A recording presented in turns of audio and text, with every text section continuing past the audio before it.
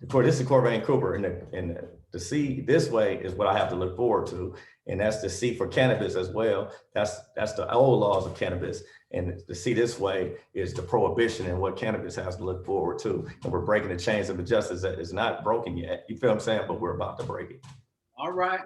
Yeah. All right. I like that. I like that a lot. I like that a lot. We're going to get into that. I know that has a lot of significance to you, the 40 tons. So we're going to get into that. Well, welcome, welcome, welcome. This is LEAFSTYLE, where education, culture, community, and cannabis collides. Welcome, welcome. I'm really, really happy to sit down today with Corvain Cooper, a father of two. Yeah, father of two. A father of two, an injustice survivor, an advocate for prison reform, a brand ambassador for 40 tons, and since January 20th of this year, a free man. Welcome home. Welcome home, Corvain. Thank you, thank you, thank you. And I'll be an author too by April 20th, by 4/20. I'm hoping to be an author with Look Into My Eyes. My book comes out. Oh, that's what's up. I love to hear that. 4/20. We're looking for that. We're looking for that. You got to come back and talk to us. Let us know about that book. You know? It's gonna be big. It's gonna be big. Great, great, great. Well, of course, this is LEAFSTYLE. We want to give a big shout out to One Plant for sponsoring this interview. We really appreciate what they're doing. And let's get into it, Corvain. So let's back it up a little bit. You're 80s baby, yeah? Yeah. Born in '79 though, but the 80s, I grew up in the '80s, so. Oh man, it was some years. It was some years. You're a '70s baby with me. You're on the cusp. You right there hanging up. Yeah. I'm at the end, but I bust through the '80s. I started climbing up. I got off the fort. I love it. I love it. So talk to me a little bit. Talk to me about where your relationship with cannabis began. It began like in 2003. Okay.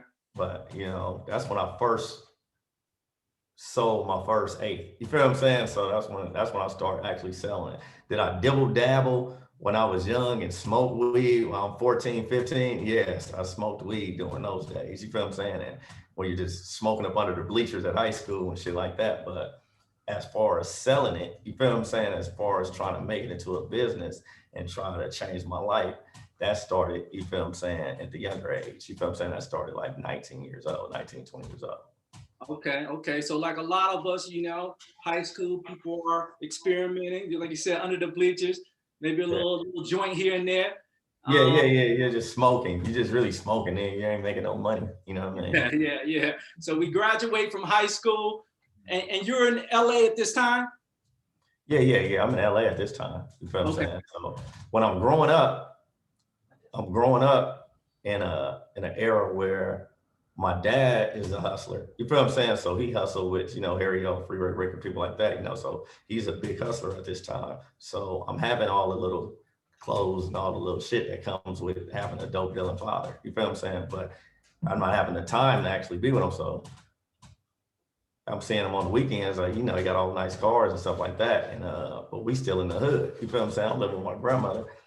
My mother, by being in the '80s, you know, she graduated from college and she was my teacher at first. You feel what I'm saying? And when I was young, she was my teacher in preschool and kindergarten.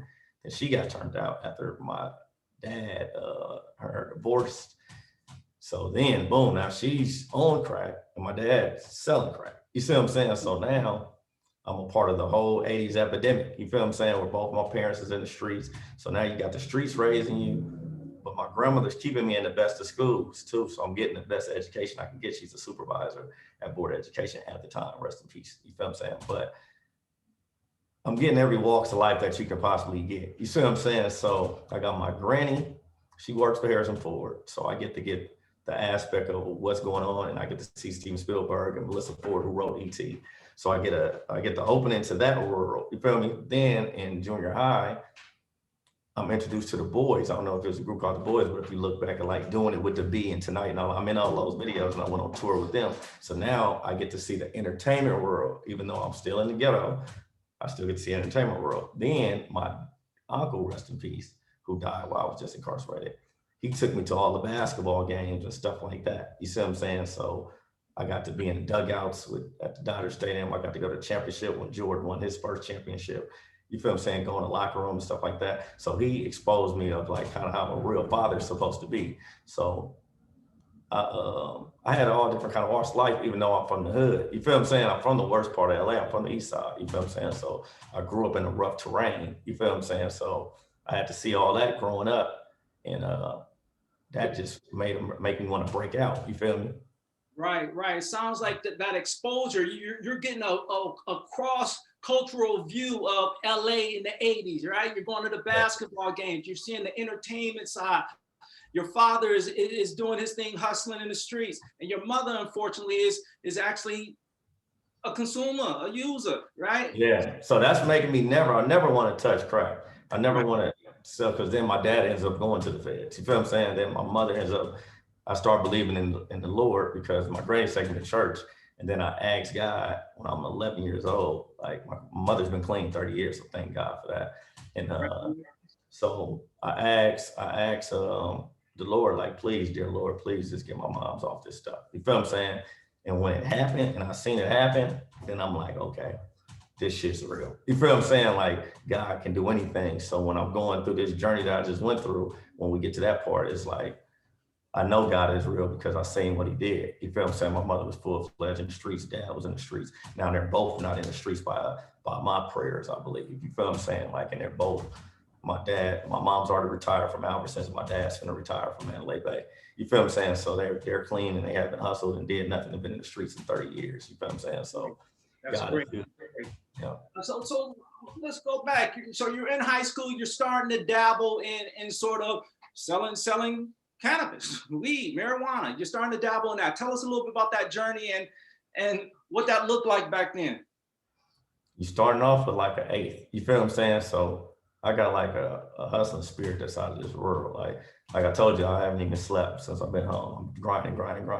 I'm just a grinder. So start off with an eighth, flip that to a half ounce, and flip. You feel what I'm saying? And just flip it to an ounce and into a pound. And then once I get to the pound, I found out that shit, you can send a pound out of town and get double.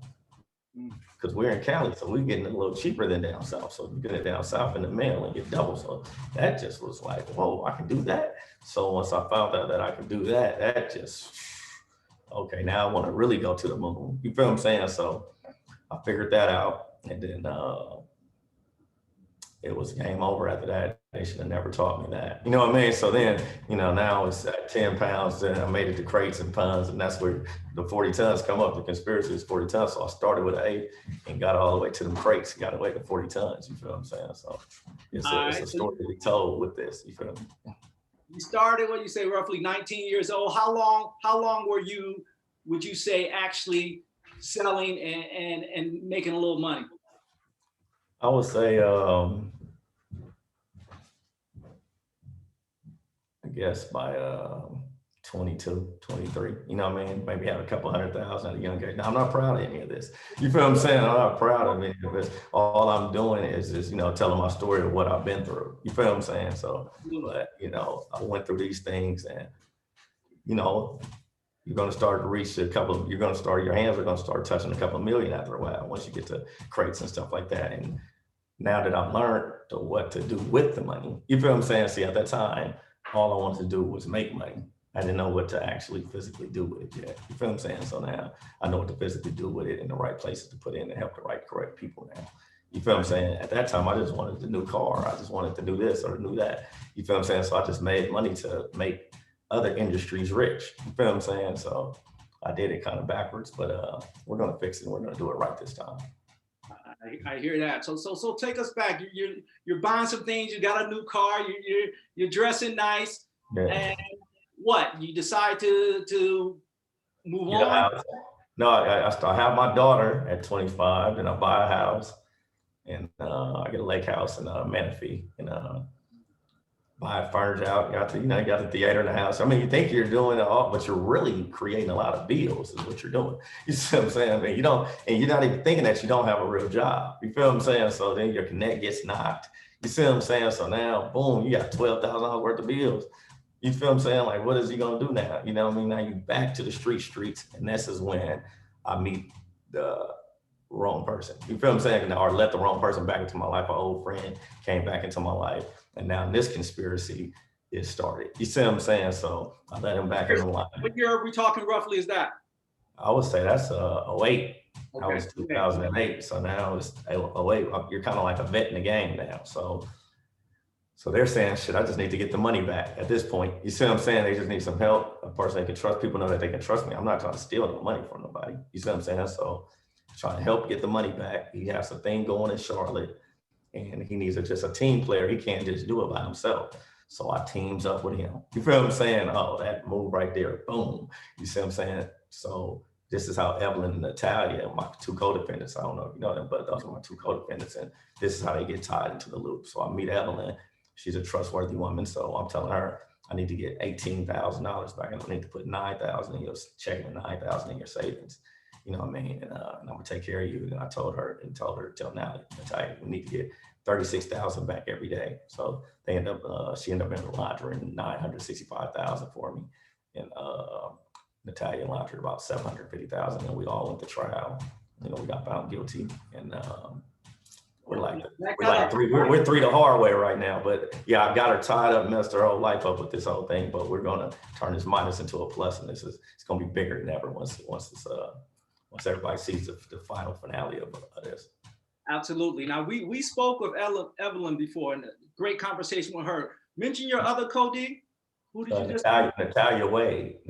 We all went to trial together. If anybody wants to look it up, Charlotte, Mecklenburg County. Just look up Charlotte 2013 October. You know what I mean? Look up, it'll be the 40 tons trial, and you'll see why we came up with the name 40 tons. When we get to that part of the trial, it was called 40 tons. Got it. Guilty. Let's go back. January 28th, right? 2013. That date is imprinted in your mind, right? Oh Tell my me about God. that day. Paint the scene for me. What happened? I'm just getting up. I'm minding my business. So now I'm not selling any weed anymore. You know what I mean? I've got my own clothing line now. You know what I mean? I'm big on fashion. So I got my own clothing line at the store. I'm chilling now. I'm just with the kids now. I don't even sell marijuana. I've sold marijuana since 09. You know what I mean? So I'm not selling marijuana anymore. I'm just chilling. So the feds come, pull up. I'm like, damn, this shit look crazy. Because on my block, I'm in the hood, so you're not used to seeing these kind of type of people over here. You feel what I'm saying? So they pull up in some Durangos and Monte Carlos, just come from, get on the ground. So I'm like, damn. So I get on the ground, but I'm still thinking, because let's rewind it. I just turned myself, I got caught with 1 pound of marijuana. I just turned myself in 2011 to 2012 and served a year, and thought, like, let me put this behind me and let me just get my life on the right path and let me serve the time. So that's the prior conviction. Okay. So which they use at my trial, but we're gonna get to that. So they tell me to get on the ground. I get on the ground. You feel what I'm saying? And they said, well, you're going to Charlotte. Miami, I've never been to Charlotte. Evelyn and Natalia got the money back out of their accounts. I never shot the marijuana. I never mailed a box. We pay people to do that. So I've never touched any of the marijuana. You feel what I'm saying? I haven't touched it. So, when they're telling me to go, I'm like, you have to give me 12 in a box. I never met the people in Charlotte. I've never been to Charlotte. I never touched the marijuana. And I only get the money from Natalia and Evelyn. And they're going to trial with me. So I know that they're not telling on me. So you can give me 12 in a box. It's impossible for me to get convicted if all you have is your only evidence is 3 people that's in jail right now trying to get out of jail and use me and telling me to get out of jail. That's your only rock hard evidence with a worse record than me. So you can't have, once I read the paper and it said none of the investigating officers never seen Mr. Cooper. They never see me with any marijuana. They've never seen me do anything. So it's no, no, no, no, no. So to me, that's the only people that make any difference is the investigating officers never seen me. Only some people that was my friends or fake friends back in the day said they seen me sell my marijuana. So I said the justice system has to know this. Give me 12 in a box. I will not sign for no 15 years, and let's go. So we're in Charlotte. You know what I mean? Miami, I'm not from around here either. Yeah. Hold on there. This is something important, because this is one of the questions I was going to ask is why not the plea? Feds is coming. Feds record is like 98 and 2, So you're feeling good. You explain that a little bit, because the only people who are connecting you are people who are basically trying to get reduced sentences? Talk a little bit about that. The feds, man, it's horrible, man. Like right now, you can go to jail. You feel what I'm saying? You can have somebody in your phone that's hustling right now. He doesn't want to do his time no more. So he has a call log of talking to you. So they're going to show the call log. That's going to put you in a conspiracy because you have a call log. And they don't need to know what y'all are talking about. You're not talking about nothing with him. You're just asking him how his daughter's doing. But you talk to him 3 times a day. So they're going to show that to the jury. They don't know what you're talking about. They're not playing any of your phone calls. They're just going to draw and paint this picture.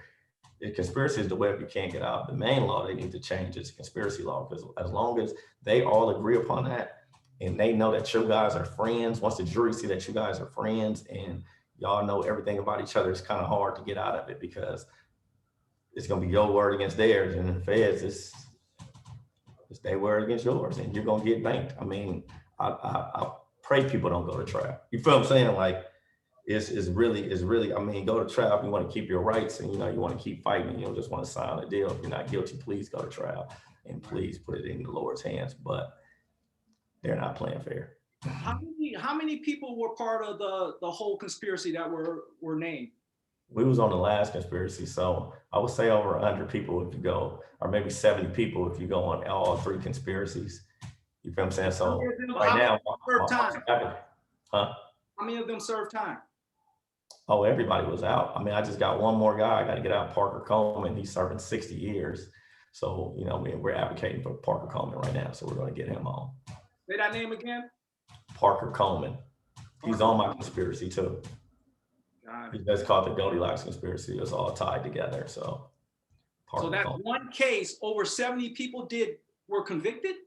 Yeah, we're convicted. Most of them, we're the only ones. Parker went to trial. And me, Evelyn, and Natalia went to trial. We're the only ones who went to trial, but everybody else copped the deal or worked with the people or, you see what I'm saying, whatever it is they did. Got it. So we were talking a little bit about that decision to go to trial, right? Yeah. You're there, and talk a little bit about the prior conviction, because that comes into play on the sentencing, right? Not only does it come to the play, that's what you're getting a life for. Now, and this is what makes it even more vicious, because at my trial, they're using the same, I just went and served my time, it's double jeopardy. I just served my time for it and they're charging me again. So why am I paying my debt? Did I pay my debt to society or did I not? You feel what I'm saying? I went and slept on the blunt. I turned myself in. You didn't have to look for me. I went, did my year like a man. You feel what I'm saying? And yet the same Beverly Hills cop that I got caught with 1 pound of marijuana, he came to trial and they never caught me with any marijuana. So they had to use him to show that I deal in the marijuana game. You see what I'm saying? So really, I'm giving that pound to my mom after the Laker game. You feel what I'm saying? I don't even think at this time I'm moving pounds. So I don't even 1 pound, so minute. So I turned, he comes to the trial, the same Beverly Hills cop. So they show that that's showing that I'm dealing with marijuana. So he's a witness for them. And I had a bottle of lean that never got open. You feel what I'm saying? So that made it 2 priors. So it's like 3 strikes, you're out. Now, when I'm fighting my case, after I'm found guilty and I got the life, now I'm fighting my case. So in 2016, I'm like the campaign for Prop 64. So if you look that up, I'm one of the campaigns for Prop 64 on helping get me out in the Orange County Registry. So they go to my mom's house, so everybody's pumped up. If they do the Prop 64, then I can get out and I won't have it on my jacket anymore. Boom, I get the Prop 64 and I get the Prop 47. So now I no longer have no more priors on my jacket. All we're asking is, with my attorney and my appeal attorney, Patrick McGrew, a great guy, all we're asking is just let me get resentenced. You see what I'm saying? Let me get resentenced right this second. And as when I get resentenced, let me just get 10 years, like I'm a first-time felon. You feel what I'm saying? Because Evelyn and Tag got 87 months. So I said, I guess it'll be okay if I get 10. By them being a first-time offender, I got 87. So just give me 10 years. And that's how I know everything is divine and it happens for a reason. Because if I would have got that, it wouldn't be a hula about it. It'd be nobody would care. You feel what I'm saying? So I'm glad it happened the way that it happened. So we got denied on that. We got denied from Obama, you know what I mean, for the clemency. Now we're waiting on Trump. You know what I mean? The guy everybody loves to hate. You feel what I'm saying? So we're going to get to that. We're going to get to that. Let's back it up a little bit. Okay, let's go. Because I'm still again, I heard about your story through Evelyn. And when I started to just dig into your story, it's just, you know, it's mind boggling because you were caught with and served time for 1 pound, 16 ounces of cannabis. Yes? Yes, sir. And what was the other previous charge? A bottle of lean, cough syrup, a bottle of cough syrup. A bottle of cough syrup. That wasn't even open. I was rushing through the courts so I can go do the year and go do the time. And they wanted you to go back, and I was trying to get out the county. So I was like, oh man, just run it concurrent with the other shit. I really could have fought it because that was a mistake on my behalf. I could have fought that because it was my friend's mom's thing and she had the prescription, but I was going to wait for her to come back to court, and our county jail is like real dirty. So you want to hurry up and get to the pen and do your time because it's real dirty in there and it's real riffraff. You feel what I'm saying? So you just want to get out of that environment. So you was already going to go do some time anyway. So instead of going back and forth to court all year, just run my time concurrent and let me get on with my life. You feel what I'm saying? Get me out the county, send me to prison. I'm going to do a year anyway. Let me run it concurrent with the other year, which is a big mistake. I made a big 3 strikes. You're like, I'm moving on with my life. I'm moving on my life. I'm not going to commit crime no more. I'm not thinking about this. So that was pivotal because now that gave me the 2.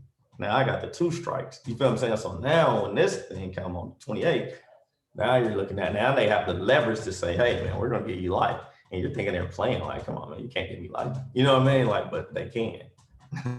When did you first sort of understand that they were going to seek life imprisonment for you? When you get found guilty, right, you feel it, but you don't feel it to that judge at that gavel and tell you. When he actually tells you and say, hey man, you're getting a life sentence. You feel what I'm saying? Like, that's a whole nother ball game.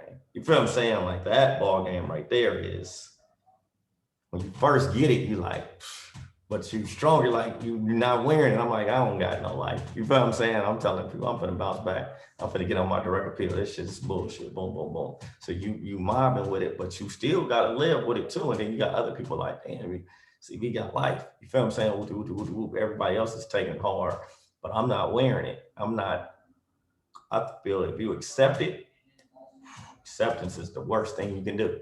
You see what I'm saying? So I never accepted it. And 34, what were you, when you were sentenced, how old are you at this time? I'm 41 now. Was this 34, 35 years old when they sentenced you? I was 34 when I got sentenced. I was 33 when I got arrested, but I was 34 when I got sentenced. Yeah, so I was 34 years old when I got sentenced. But so you missed all your 30s.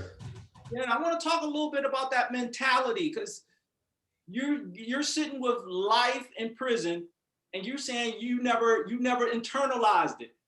Is that what got you through? Talk about that process in prison, or even to manage the day-to-day. Managing the day-to-day, it's like, oh my God, because when I'm starting, I'm trying to figure out what can I learn. So I learned the stock market. You feel what I'm saying? So I know a lot about the stock market. So I learned that, and I like to, since I'm an author, and since that I'm doing an autobiography, I read everybody's autobiography that you can probably think of. You feel what I'm saying? So I read all autobiographies first, and then all books that I can learn. I read over 1,000 books while I was incarcerated. So I just tried to use the time to mentally get myself prepared. Think of ways to still try to, I got a hustling spirit. So, you know, if I got to run a ticket or sell candy or whatever it is to hustle in there, sell cookies or whatever it is I got to do, be a store man or whatever it is I have to do in order to hustle, so I can still try to be in my kids' life as far as financially, since I'm not physically there. At least if they can go to the mailbox and get a check, they're like, okay, he's still, you feel what I'm saying? He's still alive. You feel what I'm saying? He's still around. You feel me? So. And where were you serving time? I went to Atwater. First, I did about 5 years there, and then I did the last 3 at Pollock. Where's Pollock? So Pollock is in Louisiana. It's a sight to see. You feel what I'm saying? We've probably been out, the most I've ever been out my cell at Pollock is maybe a month and a few days. You feel what I'm saying? A month and a week, maybe. That's the most that I've ever breathed. I've I never even been able to be out on the last 3 years on holiday to say, hey, Merry Christmas, Easter, hey, Happy Easter, or Happy Birthday. You feel what I'm saying? Like, not only am I in jail, I can't even just call. You feel what I'm saying? Or we can't get no visits or nothing. We're on lockdown. It's violence going on. They don't got time to let us up. We some heathens. They going crazy. It's just we was just on lockdown when I left. You feel what I'm saying? Where they just had a riot over the computer. A few people got stabbed and airlifted. You feel what I'm saying? So I'm in a very violent situation. I'm in a non-violent offender, but I'm around all this violence. You feel me? So that's backwards. And that's just because of the life sentence. So life sentence is carrying the 40 tons is the brand because all the shit you got to carry, and then your family got to carry it, your kids got to carry it. You know, it might look easy to carry, but it's not. You feel what I'm saying? So it comes with a lot. Right, right. So since you were given a life imprisonment, a non-violent offender, they never accused you of any violence, no weapons involved, but you're put into a prison system with all the other violent inmates, yeah?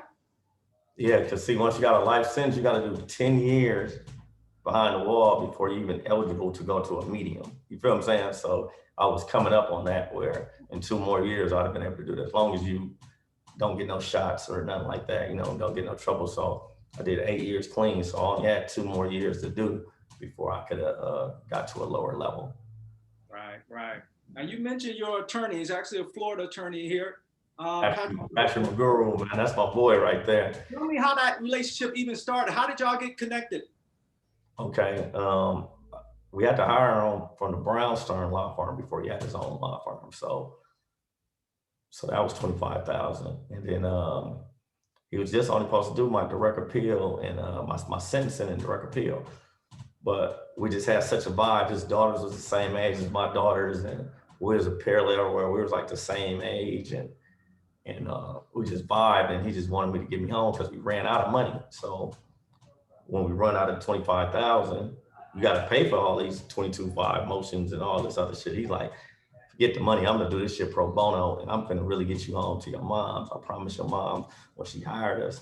But a pivotal moment before we get there, he's about to open his own law firm. So now, we originally signed with Robert Serini in Brownstone. So now I got to pick. They called me to the office and like, well, you got to pick through Patrick, or do you want to stay with us? But the thing with another one, because Patrick is moving on and doing his own law firm. So if I go the other way, I'm still in jail. You feel what I'm saying? I ain't gonna get the same love. They're gonna leave out to dry. When I go this way and pick Patrick, his character is so good that I picked the right one guy to help me pick the right decision, because it can get that little one decision can change his whole outlook. So he fought with me to the death of me. You feel what I'm saying? We kept getting denied. I mean, we filed motions. We tried with Obama. We tried with this person. We just getting denied every corner we turn. You feel what I'm saying? Even though I got no priors, no nothing, they're still denying. We went all the way to the Supreme Court. Like, all we want to do is just get resentenced, get this man his life back, and they still denied me. You feel me saying? Came in after you were cleared of the prior felons with the Prop 64. We turned all the paperwork in. We did everything we could, and they still denied me. You know what I mean? So that was a setback. So then, while that's a setback and all that's going on, we go to he fills out for the clemency. You feel what I'm saying? Like, because Obama just denied, so he's like gonna try with Trump. But he said, I'm gonna write it where I'm asking Trump. So boom.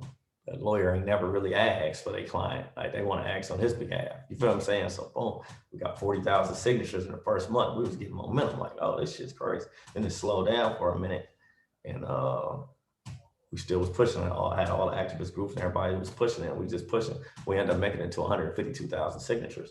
But during the time that all this is going on, while we're gaining the momentum, Trump is not gaining momentum. You feel what I'm saying?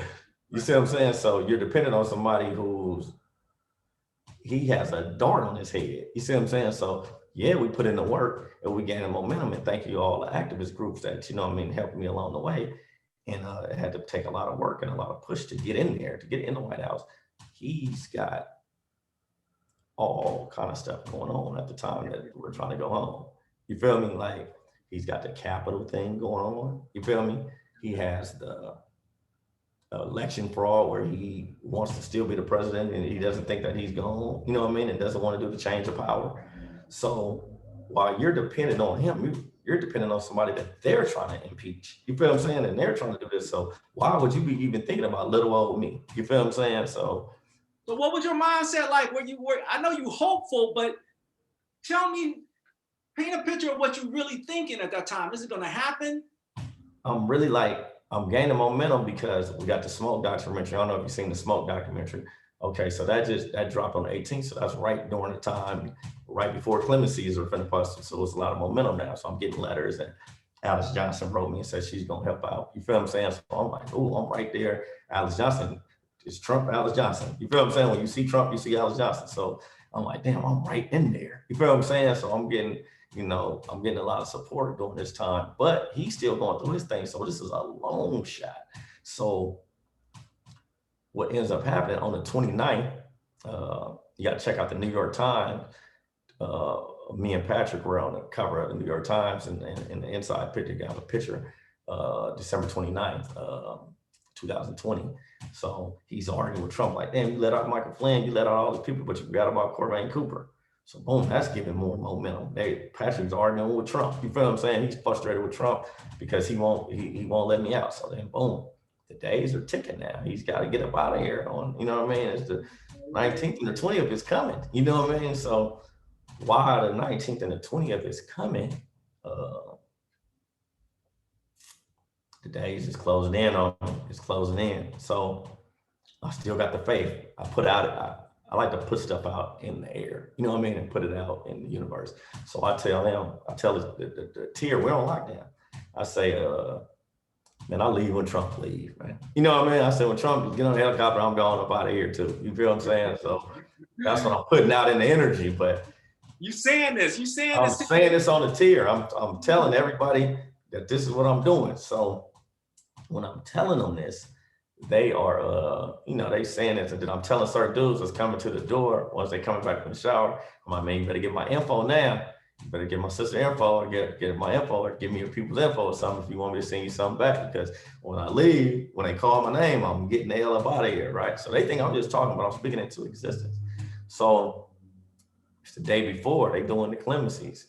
So, Harry O, that's what my pops, so I'm happy for Harry O. I salute Harry O. So I hear Harry O name, Lil Wayne name, you know what I mean? Lil Wayne used my car like 2003, you feel what I'm saying, for a magazine shoot, you feel what I'm saying? And Kodak, he was locked up in Charlotte, and I salute Kodak, you feel what I'm saying? So I'm saluting everybody. I'm like, but I don't hear my name, you know what I mean? I salute all the guys. I said, okay, so they got the guys. So the bottom ticker, you feel what I'm saying? We watching the bottom ticker, I didn't see my name, it's about 11:30.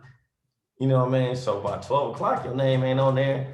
You ain't on there. He left. That's it. They ain't doing no clemencies when you get on the plane. You feel what I'm saying? He ain't gonna do it. Now he can go to Mar-a-Lago and do your clemency. You feel what I'm saying? So I'm like, damn, they saying all the names on the list. I'm listening to NPR. They ain't saying my name. I'm like, damn. So I go to sleep like, damn.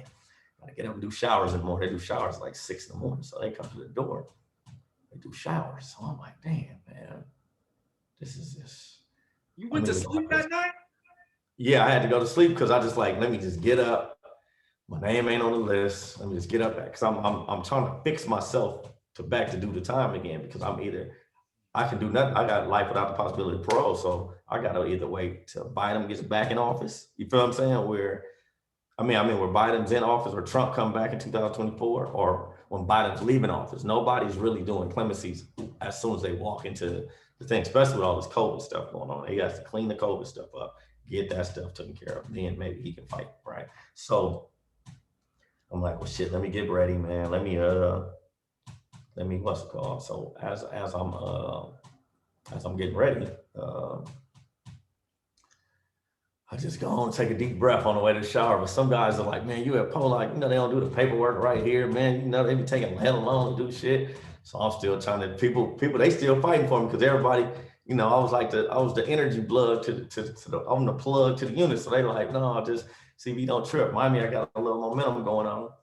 And then Evelyn was just on the news talking about it. So we're seeing Evelyn on NBC. You feel what I'm saying? So we're seeing all the little movements. So I'm like, man, this gotta be the time. It ain't no more time better than this. So we go to the shower.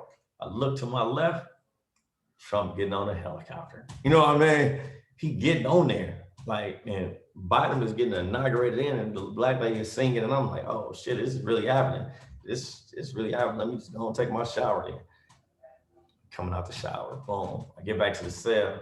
I'm in the cell for about maybe 10 minutes. You feel what I'm saying? They saying, man, the counselor on the range, man, they probably coming to you. Because the counselor don't come in the unit. So he come to the door, you're like, cool. You got 5 minutes, man. Pack your shit up, man. You gotta get off the compound, man. You gone. Oh man, it just was, oh man, it was just, oh, there's no feeling like it. You just, you giving shit away, you doing this, you screaming. I go by everybody's door. I say, man, walk by faith, not by sight, man. Sight will always blind you. Went by every single door, pumped them up, told them to walk by faith, not by sight. And I called my mom. They let me, they said, you might call. So I called mom, and I'm crying uncontrollably on my knees, crying. And then she just like, what you crying for, man? Ivanka Trump called me at 12:30 and said they're coming to get you. So I'm like, damn. I'm like, oh, you already know? You know what I'm saying? So yeah, she like, Ivanka called me last night, man. What you crying for? I said, it's just tear of joy, man. You know what I mean? It's just tear of joy. And it was history after that. My boy Ant was already outside, and it was history. You feel what I'm saying? It was history in the making after that. I ain't stopped working since. Wow, that's amazing. Your mom was holding it down. She was playing it cool. Yeah. She's like, I get the coolness from my, well, both my parents, I guess, is cool. You feel what I'm saying? They both got it cool. I get the swag from my dad, but my mom's the coolness. Just, she don't break on nothing. She just cool on everything. You feel me? So. Man, that's an unbelievable story, man. Unbelievable that you was able to stay so positive, you know? Yeah, during the whole time, I'm just like, I'm coming home. Yeah. I never want to admit to it, because I think if I admit to it, then the battle was beat already. You feel me? Right. I'm glad to hear the stories about the people on your tier, some of your comrades there who really supported you and was looking forward to your release.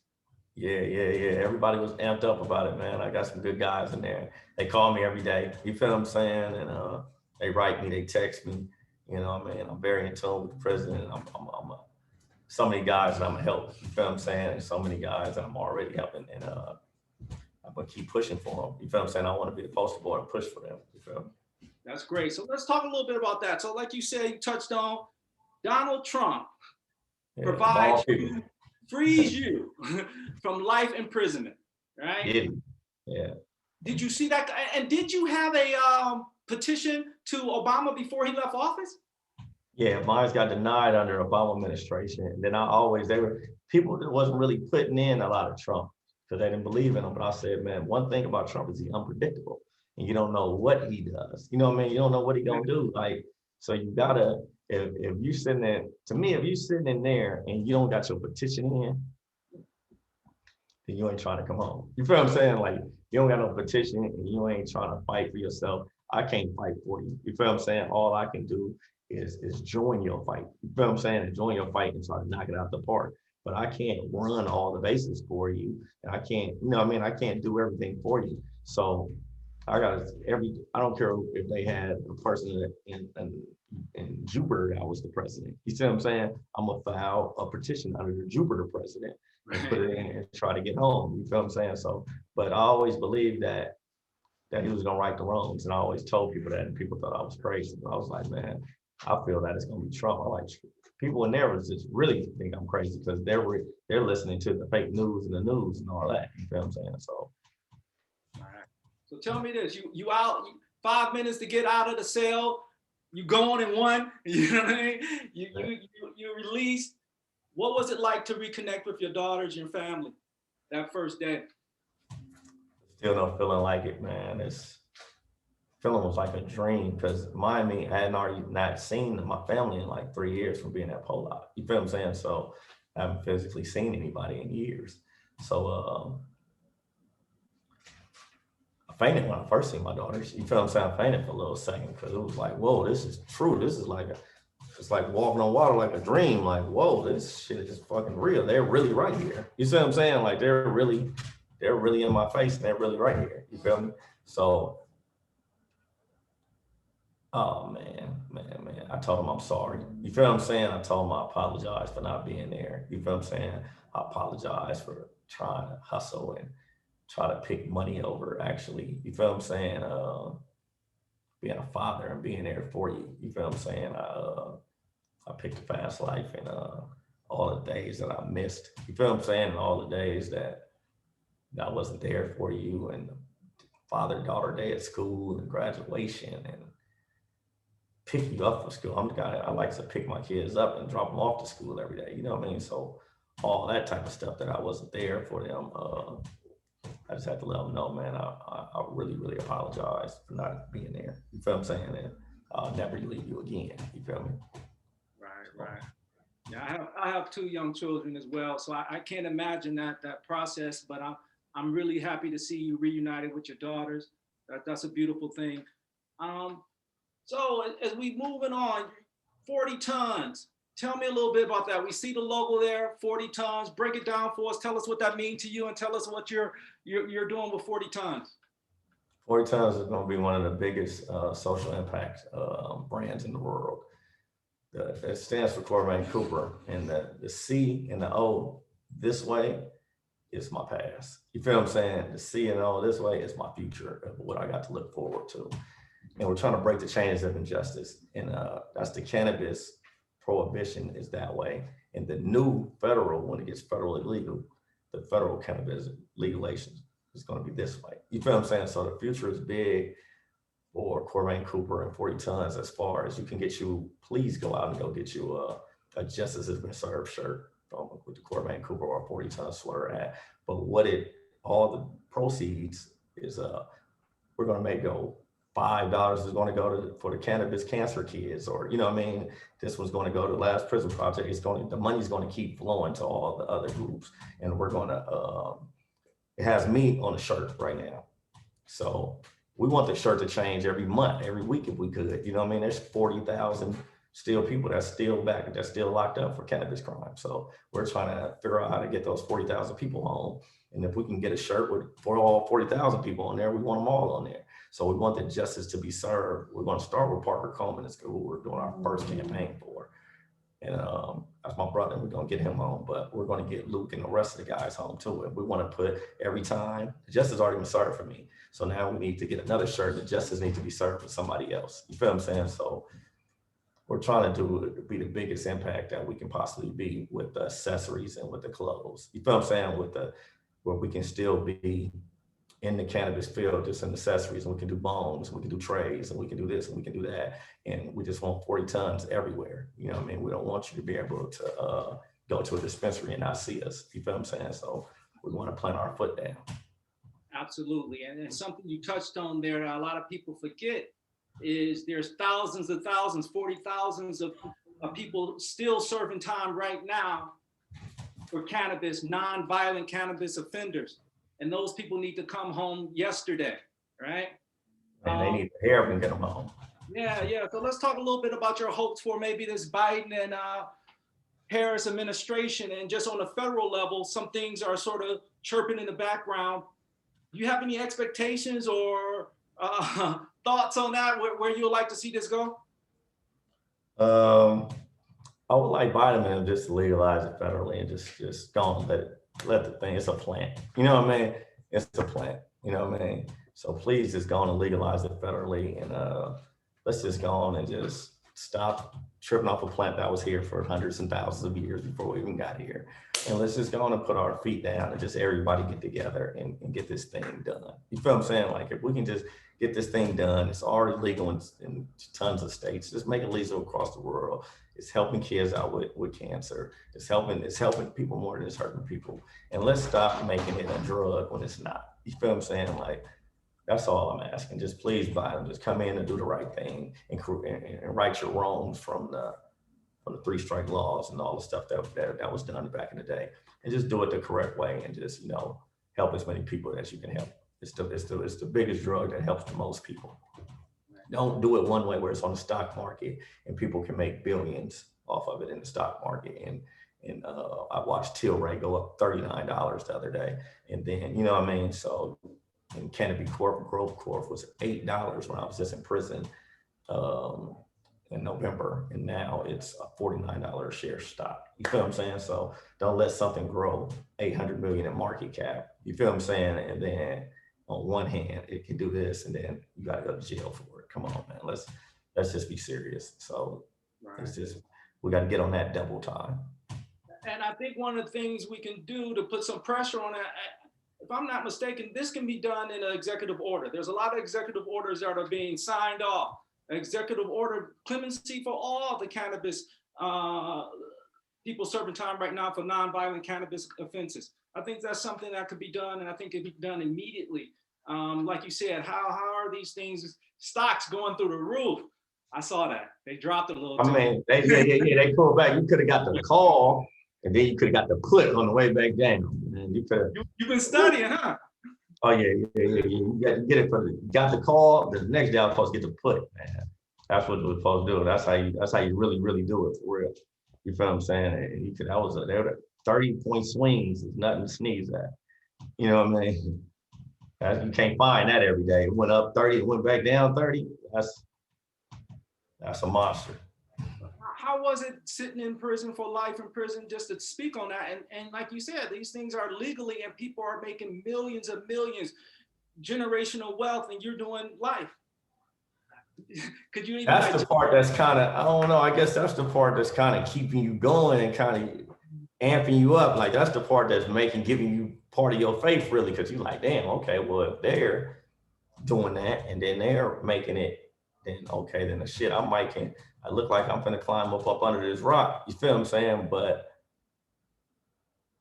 it's like a gift and a curse. You feel what I'm saying? Like you mad at it, but you happy about it too. The more you seeing it, the more you having faith. Like, hey, my day gotta be coming. You feel what I'm saying? Like it's like my day gotta be around the corner. You feel me? With all this going on, it's on TV, it's at movies, they're telling jokes about it. Everybody's smoking everywhere.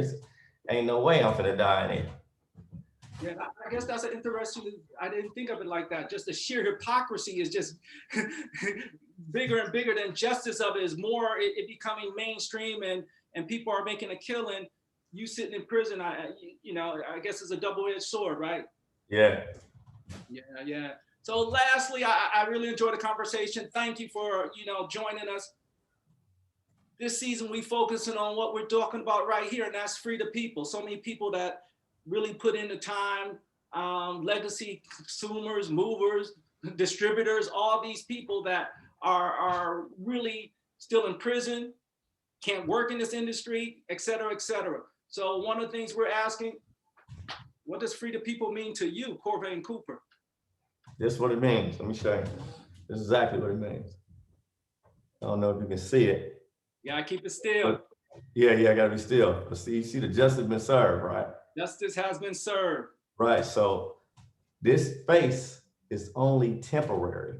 This face will change, and that's when you know that we're doing something.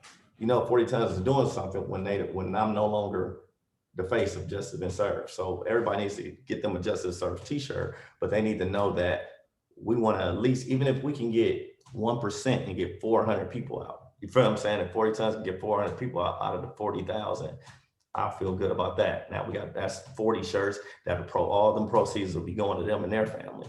You feel what I'm saying? And building them up so when they get out of jail, you feel what I'm saying, that they have something that they can come home that's theirs. You feel what I'm saying? That we can push for them and push for the next person and keep pushing. You see what I'm saying? So I just want to do as much as I want. And I want to actually, make sure I can go into the prison. You feel what I'm saying? It was a guy named Michael Santos. I read his book, and he has a wonderful book. It's How to Conquer a 45-Year Sentence. And he's actually one of the reasons why I started learning stocks in there. He did a lot of stuff and wrote his book and was learning stocks while he was in jail.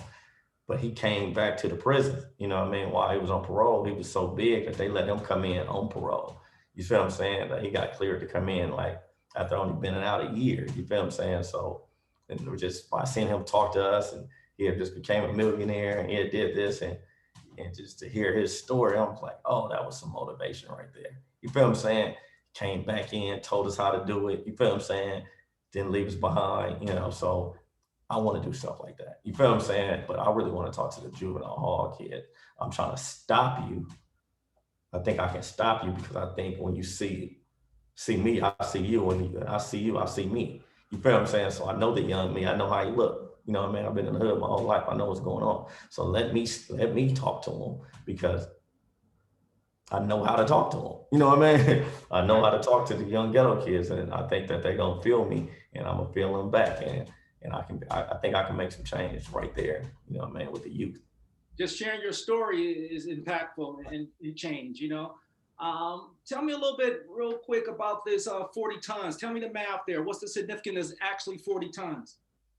80,000 pounds. You know what I mean? So that's 40 tons. That's the whole conspiracy that I was just involved in. So I wanted my minus to be my plus.